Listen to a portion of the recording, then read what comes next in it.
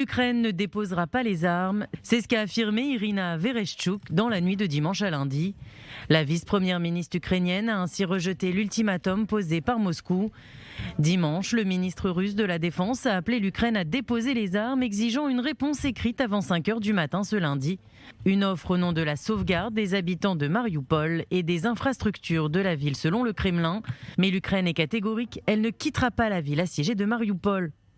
Au 26e jour de l'invasion russe en Ukraine, les bombardements se poursuivent. Alors que les deux pays avaient convenu d'un corridor humanitaire pour permettre aux habitants de Marioupol de quitter la ville, les forces russes continuent d'attaquer les lieux d'évacuation selon les dirigeants ukrainiens.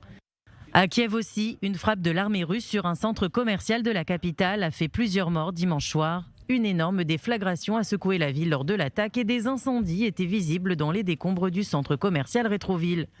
Malgré la situation, les Ukrainiens restent confiants. 93% d'entre eux pensent qu'ils remporteront la guerre contre la Russie. Pendant ce temps, les tractations diplomatiques se poursuivent. Joe Biden devrait s'entretenir avec ses homologues européens Emmanuel Macron, Olaf Scholz et Boris Johnson ce lundi. Le président des États-Unis doit par ailleurs se rendre vendredi en Pologne, quelques jours après la visite de sa vice-présidente. Elle y avait rappelé l'obligation des États-Unis à assurer les pays de l'OTAN aux portes de l'Ukraine.